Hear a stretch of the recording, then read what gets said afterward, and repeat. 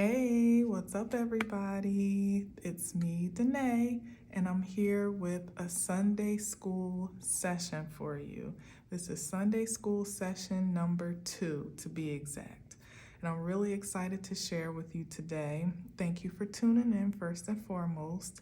Similar to last Sunday, I'm just going to share some notes that were imparted to me, but this time it was an impartation by way of the inspiration of the movie The Past. Don't know if you're familiar with that movie, but it's the one that was produced and written by Todd and Candy Burris. If you're familiar with those names at all, but it's available on Peacock if you're interested to check it out. But basically, I had an idea of where I wanted to go in terms of this week's Sunday school session.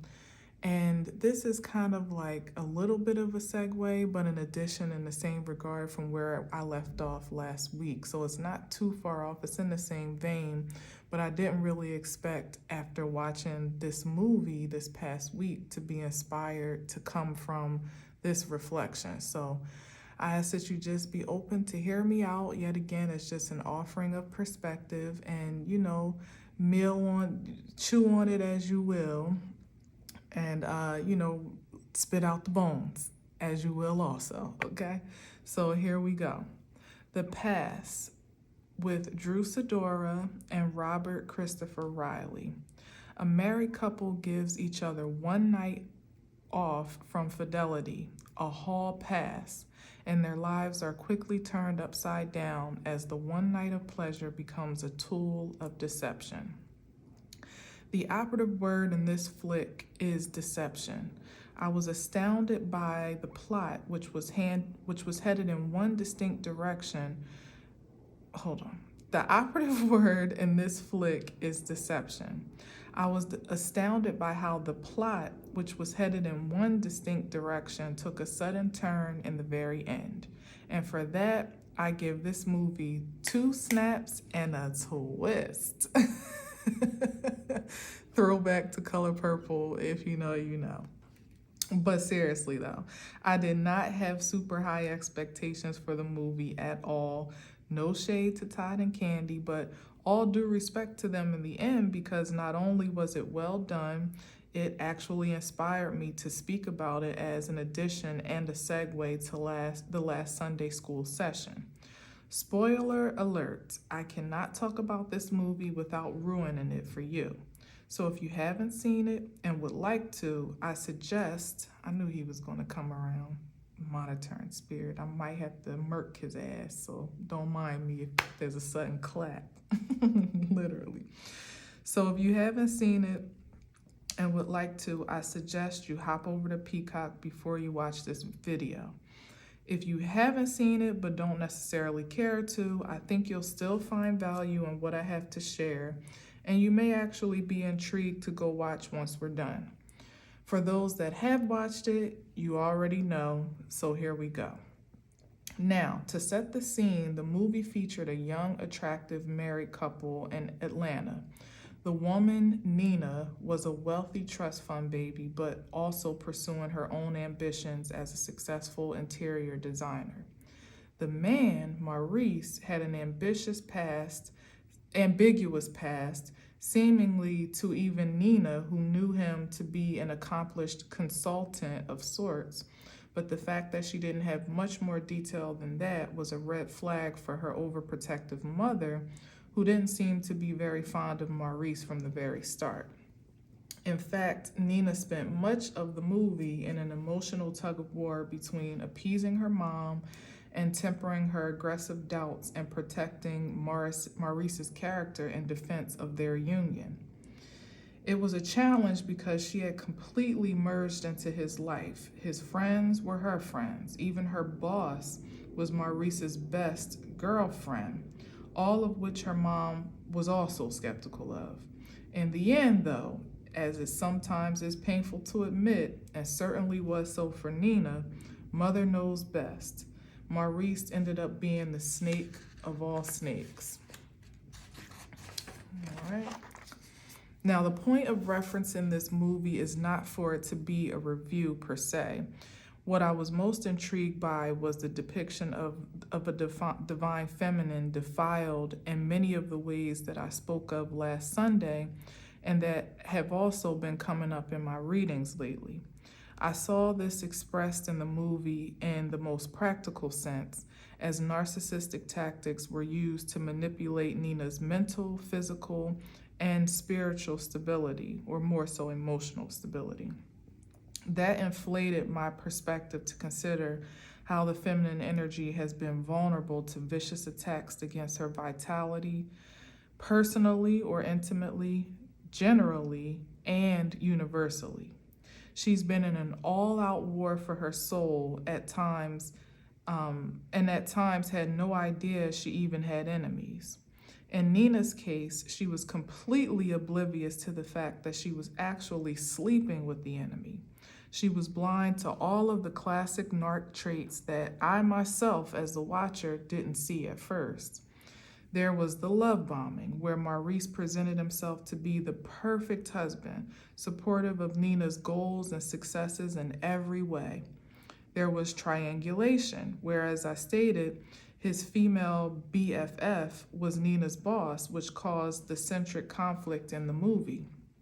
But not only that, all of Maurice's friends became Nina's friends. She really had very little identity outside of him, and with regards to her mom, her one true ally in the end, she was triangulated between her and Maurice.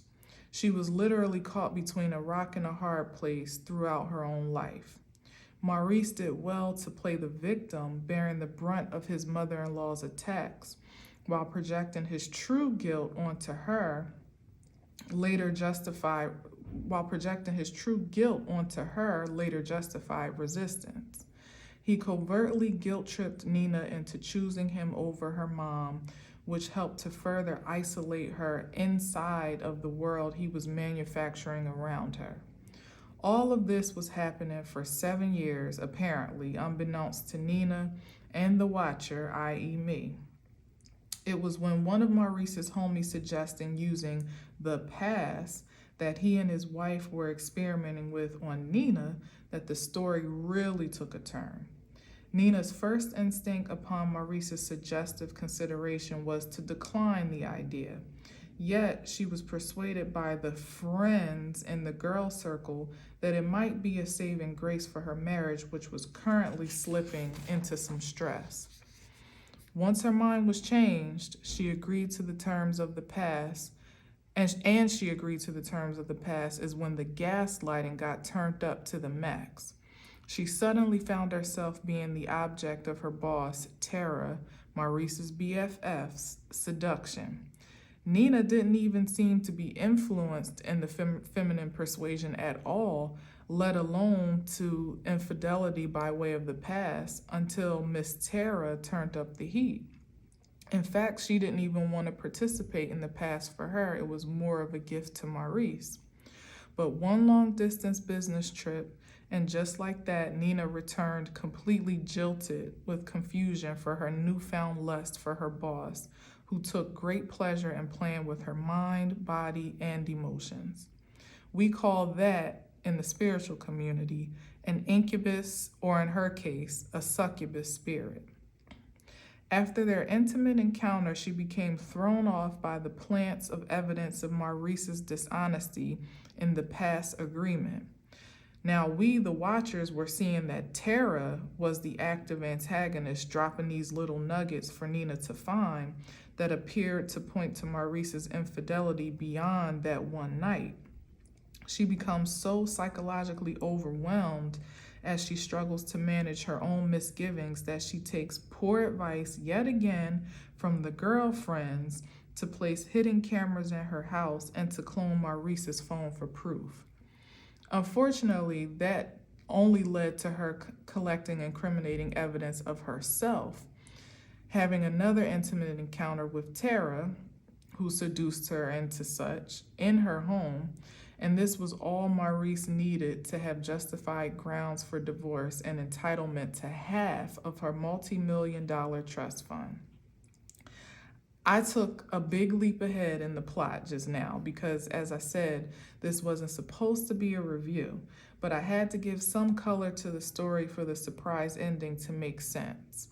See, it turned out that not only was Tara working in cahoots with Maurice to seduce Nina, gaslight her into obsession, and then frame her in infidelity for divorce, all of the friends, every single person that Nina was surrounded by, per Maurice, were in on this long con that ultimately ended in their big payday. In the end, Nina discovered, i.e., that's called gang stalking, by the way. In the end, Nina discovered that her whole life, as it was connected to Maurice, was a lie. The designer office where she worked was uprooted down to the light fixtures in the building.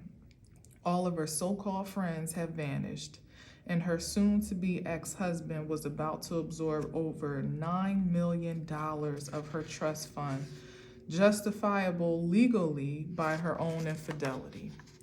Talk about a surprise ending. It was the end that justified the means of me referencing this movie in the first place. This story, unfortunately, is all too common in real life. The intimate way in which Nina was finessed is evident as is. Narcissistic abuse is far more recognizable now as more people, not even just women, are waking up to the signs, symptoms, and post-traumas of its impact. The enemy or the perpetrator often is the one closest to you, a lover, family member, and/or friend that knows your strengths and your weaknesses well enough to set traps meant to ensnare you in turmoil. The reward sometimes is material, but the source of power the one becomes for someone with narcissistic and/or sociopathic qualities is even more valuable than money. Control is the force fuel. To be able to monopolize someone's energy by way of manipulation is the currency that is coveted, however sick and twisted it may seem and sound. Generally speaking, though, feminine energy is oppressed by the very society she serves on a micro and macro scale. Love bombed for superficial attributes, triangulated with gross, unrealistic standards of other women, gaslit on account of her own emotional expressions. Society projects that it's her own emotional instability that's her problem in the first place. Men are just doing the best that they can to deal, right? Her character is smeared as if she's too liberal, or if she's too conservative, and or if she's too anything at all. This ricochets back as guilt and shame absorbed for not meeting these set standards. All the while, the masculine energy hoovers over the feminine because women can't live with them, can't live without them, right? We make babies after all. Yet there's minimal true appreciation for that truth as a reverence of the feminine by which no thing would exist without. She is almost treated disposably, generally speaking. This is again another dynamic of dominance perpetuated by the masculine force to maintain the disproportionate power structure, aka the patriarchal society we all love to hate and hate to love, and yet we all create and contribute to. And then there's the universal expression, last but not least, of this energetic exchange between man and woman. It plays out in similar ways as it does generally expressed, but it's more covert than our conscious creativity can easily conceive. It persists as a passion of the so-called powers that be, seen and most often unseen, to promote the toxic tactics used as on a personal level, and to pronounce those projected on a general level. It persists as a passion of the so-called powers that be, seen but most often unseen, to promote the toxic tactics used on a personal level, and to pronounce those projected on a general scale to front the deeper, darker universal agenda. It's hard enough for feminists to dig themselves free from the first two layers of trauma. Some never get to the core of the chaos, which is operated by princes and principalities embodied in warlocks, wizards, and witches, whose sole purpose is to procreate poison in spirit and in truth. The diabolical plot is to keep the masculine corrupted and the feminine or girl interrupted, i.e., disturbed, so that the harvest of these seeds remain unsavory, stale even. The dissension between the two forces presently is both an offensive and defensive tactic of said powers, so that the masses are too distracted by unrest one to another to perceive the true perpetuator and then align as one united force against it. Fear is what it all comes down to. Fear of living, fear of dying, fear of failing, fear of trying, and everything in between. But all of this projected from the most supreme source of fear itself, as it is afraid that as more and more people are inevitably awakening to their pure potential, there will be too much love circulating the universe to contain or control. That means more fuel for the forces of light and much less for the forces of darkness. The adverse energy of the dark only fears itself existing by itself and eventually not at all, with no external force to project on or extract from. What it seeks, as it was in the movie, is to kill creative consciousness with incessant projections of imbalance, to steal the spiritual inheritance of masculine and feminine alike by way of the seduction of survival and corruption to secure it at all costs. Finally, it means to destroy the potential for an elevated human existence by obstructing the ascension of masculine and feminine to their divine state of dominion in unity and harmony as equal, though opposite, life forces. This is the true inheritance of humanity. I decree and declare that it is so in real life, and so it is. Though the movie had a sad, surprising yet somehow not surprising conclusion, there's been an alternative ending written in this real life edition. The feminine energy has been so vigorously targeted because she is so easily impacted and impactful. She can be just as influenced as she can be an inspiration. It's that fierce force that is once again leading the charge in creation to conceive of new ways to love and be loved by the origins of purifying her love for herself. Because she is breaking the chains on her divine creativity, it's no longer limited to the standards of society, whether it be personally, generally, or universally. She does not labor in vain to give life and light to love that is as pure as her own passions, which she also knows now is worthy to be praised, pronounced, and protected.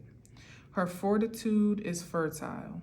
She is ready to reproduce sacred seeds that will scatter the earth and overpopulate wretchedness with righteousness in spirit and in truth. It is so, and so it is. All right, so that's my message for today based on the past. Hope you go check it out. I'm sure some other things. There was so much that I really wanted to kind of get into regarding it, but like I said, it just becomes like a rabbit hole, and I don't want to overwhelm the message, especially given there are no cards here, as you can see. It's just me chit-chatting, but the whole purpose is just to express what comes up energetically by way of not just exposing these infirmities in our society in a very covert existence, but ultimately supporting our healing one to another by way of the divine feminine as I perceive it, because that is the womb. When something needs to be done, when there is life to be given or reproduced in some way, shape, and form, it comes through the feminine energy. Yes, by way of the seed of the masculine for sure, but the feminine force has a way of really taking anything and creating something, it can create something out of nothing. Ultimately, it can create a completely different organism out of something that otherwise may have been detrimental, i.e. these very projections of poison that are being spewed about society. Those of us, the so-called divine feminines, or even aspiring divine feminines, have that power to take what's ultimately has been trash and make of it treasure, not to be surged into that feminist aspect that is out of balance with creation, meaning that you're for feminine energy and anti-masculine. That's never what I'm spewing here, just to be clear.